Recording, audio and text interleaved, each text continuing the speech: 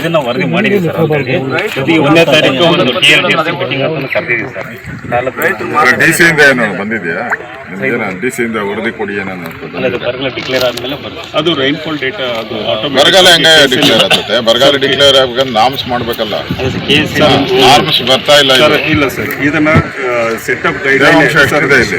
ಒಂದು ನಿಮಿಷ ಸರ್, ಇದನ್ನ ತೇವಾಂಶ ಎಷ್ಟಿದೆ ಅದನ್ನ ಮೆಜರ್ ಅದ್ರ ಮೇಲೆ ತಾನೇ ಬರಗಾಲ ಡಿಕ್ಲೇರ್ ಮಾಡೋದು. ಸರ್ ಶೇಕಡ 42% ಕೊರತೆ ಇದೆ ಸರ್. ಕೊರತೆ ಅಲ್ಲಪ್ಪ, ತೇವಾಂಶ ಗಾಳಿಯಲ್ಲಿ ತೇವಾಂಶ ಎಷ್ಟಿದೆ, ಮಳೆ ಎಷ್ಟು ದಿನ ಬಂದಿಲ್ಲ, ಹ್ಯೂಮಿಡಿಟಿ ಬಂದ್ಬಿಟ್ಟು ಅದು ಒಂದು 26-27% ಇರುತ್ತೆ ಸರ್. ಆಮೇಲೆ 5 ವೀಕ್ಸ್ ಮಳೆ ಇಲ್ಲ ಸರ್ ನಮಗೆ.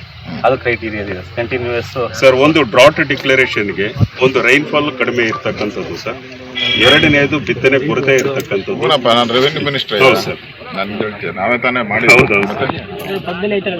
ಸರ್ ಹೋದ ವರ್ಷ ಇದೇ ತರ ಕೊರತೆ ಆಯಿತು ಸರ್. ಹೋದ ವರ್ಷ ಒಟ್ಟು 3 ಲಕ್ಷ ಎಕರೆನಾ? 3,17,000 hectare sir. ಅದರಲ್ಲಿ ಆಗಿರೋದು 60,000. ಹೌದು ಸರ್. ಚಿತ್ರದುರ್ಗ ಜಿಲ್ಲೆನಲ್ಲಿ. ಹೌದು ಸರ್, ಇಡೀ ಜಿಲ್ಲೆದು ಹೇಳ್ತಾರೆ. ಹೌದು ಸರ್.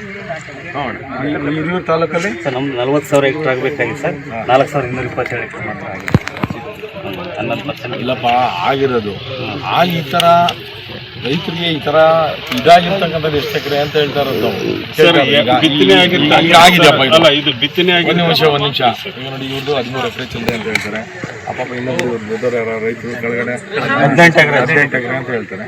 ಈ ರೀತಿಯಾಗಿ ಆಗಿರ್ತಕ್ಕಂಥದ್ದು ಸರ್ ನಮ್ಮಲ್ಲಿ ರೈನ್ ಫೆಡ್ ಏರಿಯಾ 3,042 ಹೆಕ್ಟರ್ ಆಗಿದೆ. ಅಷ್ಟನ್ನು ಕೂಡ ಇದೇ ಥರನೇ ಇರೋದು. ಯಾಕಂದ್ರೆ 50 ದಿನ ಮಳೆನೇ ಬಂದಿಲ್ಲಲ್ಲ ಸರ್. ಮಳೆ ಬಂದಿಲ್ಲ. ಒಂದು ತಾಲೂಕು ಎಷ್ಟು ನಿಮ್ದು ತಾಲೂಕಲ್ಲಿ ಎಷ್ಟು ಎಕರೆ? ಸರ್ ನಮ್ಮಲ್ಲಿ ಇರಿಗೇಷನ್ ಸರ್ ನಮ್ಗೆ ಇರೋದು ಸರ್ 1,185 ಅಂದರೆ borewell irrigation. Total land sir ನಮ್ಮದು 1,11,000 ಹೆಕ್ಟರ್. 1 ಲಕ್ಷ.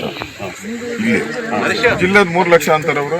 ಅಲ್ಲ ಸರ್, ಟೋಟಲ್ ಭೌಗೋಳಿಕ ವಿಸ್ತೀರ್ಣ ಸರ್